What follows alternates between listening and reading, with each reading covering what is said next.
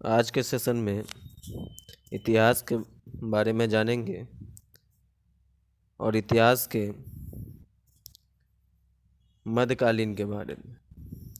अगर हम देखें तो इतिहास को 3 भागों में बांटा जाता है। फर्स्ट जो होता है प्राचीन होता है। पहला प्राचीन होता है। सेकंड जो होता है वो मध्य होता है, मध्यकालीन भारत के नाम से जाना जाता है। और थर्ड जो होता है और आधुनिक होता है, यानी एशियंट, मिडिल और मॉडर्न। 3 जो है भागों में इतिहास को बांटा जाता है। उसमें से मध्यकालीन को आज देखने के कोशिश कर रहे हैं। जहाँ तक होगा पूरा करेंगे। और यह वीडियो उन सभी स्टूडेंटों को जो कम्पिटिटिव एग्जामिनेशंस की तैयारी करते हैं, चाहे वो बीपीएससी के हो या फिर एसएससी का हो या रेलवे का हो, सभी जगह मध्यकालीन भारत से 10-15 क्वेश्चंस पूछे जाते हैं। तो उसको कवर करने की कोशिश करेंगे कि फर्स्ट अगर क्वेश्चंस देखा जाए प्रारंभिक मध्यकाल से, तो मध्यकाल का शुरुआत अगर देखा जाए तो 712 से माना जाता है। अलग अलग बुक्स में अलग अलग बातें हैं, लेकिन 712 अगर रियलिटी देखा जाए मध्यकालीन का तो वो 712 ही है। 712 इसलिए कहा जाता है कि इस देश पर अगर किसी ने आक्रमण किया है पहली बार, तो वो अरब निवासी मोहम्मद बिन कासिम थे 712 ईस्वी में। इसके बाद बहुत सारे लोग आए, तुर्क से आए, फिर पुर्तगाली भी आए, फ्रेंच भी आए, ब्रिटेन के लोग आए, बहुत सारे लोग आए, जो कि 712 इसको इसलिए कहा जाता है कि मोहम्मद बिन कासिम ने राजा दाहिर से लड़ाई लड़ी और लड़ने के बाद उन्हें विजय प्राप्त हुआ। और विजय प्राप्त होने के बाद में वहाँ नींव रखा गया। पहला मुस्लिम जो थे वो 712 में आए और वहाँ से उन्होंने स्टार्ट किया।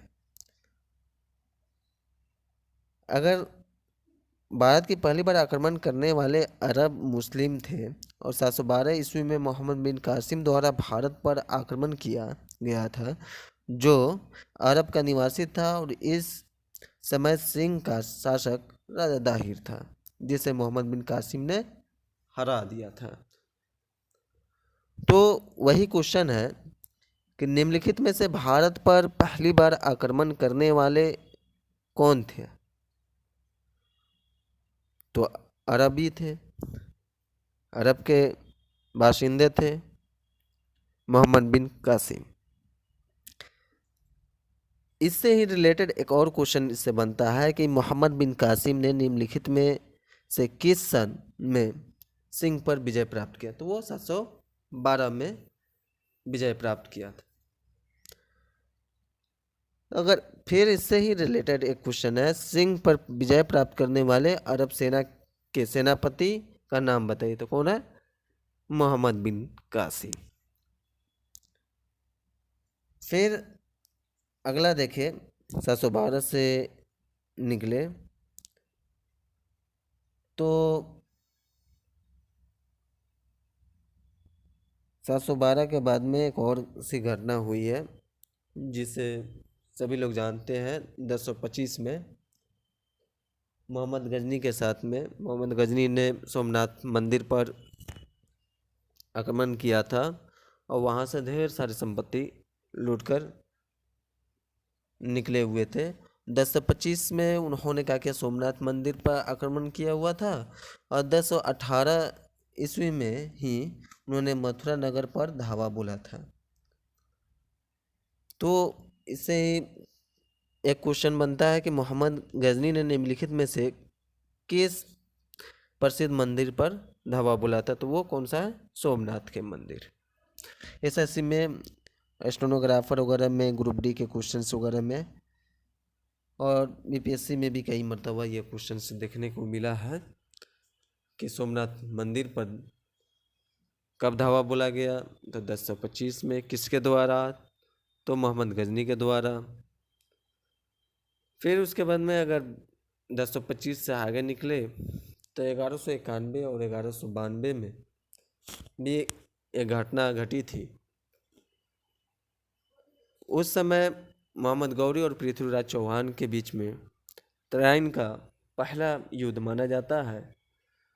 तो तराइन का पहला युद्ध जो है 1191 ईस्वी में हुआ था, और मोहम्मद गौरी को हार मिला था। वही मोहम्मद गौरी हारने के बाद उन्होंने ये हार स्वीकार न किया, और फिर 1192 में उन्होंने अटैक किया, और अटैक करने के बाद 1192 में उन्हें विजय प्राप्त हुई। अब कहेंगे कि 1191 में वो हार गया और 1192 में उन्हें विजय प्राप्त मिली, ये कैसे संभव है? तो इसको जानने के लिए हम आपको बता दें कि 1191 में मोहम्मद गौरी और पृथ्वीराज चौहान के बीच में तराइन का पहला युद्ध जो हो रहा था, उस समय राजपूत के राजपूताना जितने भी राजा थे, उन्होंने सभी एक साथ मिलकर पृथ्वीराज चौहान ये लड़ाई लड़े थे, जिसके कारण सभी लोग एक थे, और एकता में ही बल होता है, और उन्हें विजय प्राप्त हुई थी पृथ्वीराज चौहान को। लेकिन तराइन के सेकेंड युद्ध में 1192 में मोहम्मद गौरी जब आया और फिर अटैक किया, तो उस समय जितने भी राजपूताना राजा थे वो सभी बिखर चुके हुए थे, और इसका फ़ायदा सीधा सीधा मोहम्मद गौरी को मिला। तो इससे अगर देखा जाए तो क्वेश्चन इस तरीके से बनता है, तराइन की पहली लड़ाई निम्नलिखित में से किसके बीच हुई थी? तो वो पहली लड़ाई और दूसरी लड़ाई दोनों जो है मोहम्मद गौरी और पृथ्वीराज चौहान के बीच ही हुई। और पहली लड़ाई में पृथ्वीराज चौहान को विजय प्राप्त हुई, और सेकेंड में मोहम्मद गौरी को। आगे देखेंगे, इसी से क्वेश्चन है कि तराइन की दूसरी लड़ाई में पृथ्वीराज को किससे पराजित किया गया था? तराइन की दूसरी लड़ाई में पृथ्वीराज को किसने पराजित किया था? तो वो मोहम्मद गौरी ने किया था। फिर इसी से क्वेश्चन है 8 नंबर में देखेंगे तो पृथ्वीराज चौहान को मोहम्मद गौरी ने किस युद्ध में हराया था? पृथ्वीराज चौहान को मोहम्मद गौरी ने किस युद्ध में हराया था? तो पृथ्वीराज चौहान को मोहम्मद गौरी ने तराइन के सेकेंड युद्ध में लड़ाया था, जो कि 1192 ईस्वी में है।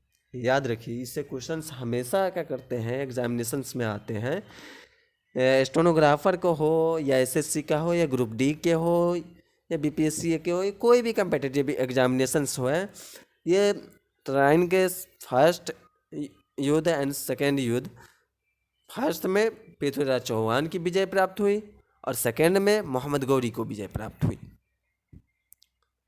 नेक्स्ट क्वेश्चन देखें, इसी से रिलेटेड है। नेक्स्ट क्वेश्चन है आपके इस प्रकार कि मोहम्मद गौरी विजित प्रदेशों को देखभाल के लिए निम्नलिखित में से किस विश्वसनीय जनरल को छोड़कर गया था? तो यहाँ जो एक बात ध्यान रखने वाली बात है कि पृथ्वीराज चौहान से इन्होंने लड़ाई तो जीत लिया था। किसने? मोहम्मद गौरी।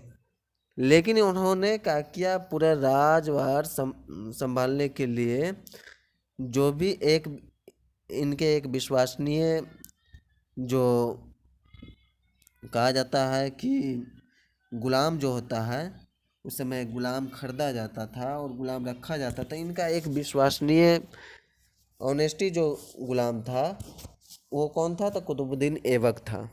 और कुतुबुद्दीन ऐबक के हवाले, एक गुलाम के हवाले सभी राजभाल सम देकर उन्होंने मोहम्मद गौरी वापस गौर की तरफ वापस हो गए थे। तो कुतुबुद्दीन ऐबक को उन्होंने क्या किया, मोहम्मद गौरी ने सौंप कर चला गया था। इससे अगर थोड़ा सा डिटेल्स जाने तो मोहम्मद गौरी ने बेजित प्रदेशों को देखभाल के लिए कुतुबुद्दीन ऐबक को जनरल नियुक्त किया था। और 24 जून 2006 ईस्वी को ऐबक ने एक शासक के रूप में शासन करना आरंभ किया और उन्होंने अपनी राजधानी जो है लाहौर को बनाया, जो कि आज लाहौर कहाँ? पाकिस्तान में। तो इन्होंने इसके देखभाल के लिए कुतुबुद्दीन ऐबक को जनरल नियुक्त किया था। और इसी समय गुलाम वंश का जो है ना नींव रखा गया था 1206 ईस्वी में। इसीलिए इस वंश को कहा जाता है गुलाम वंश। कुतुबुद्दीन ऐबक जो कि पहले राजा माना जाता है गुलाम वंश का, 1206 में इसका नींव रखा गया था। और किसने सौंपा था? तो मोहम्मद गौरी। आगे देखेंगे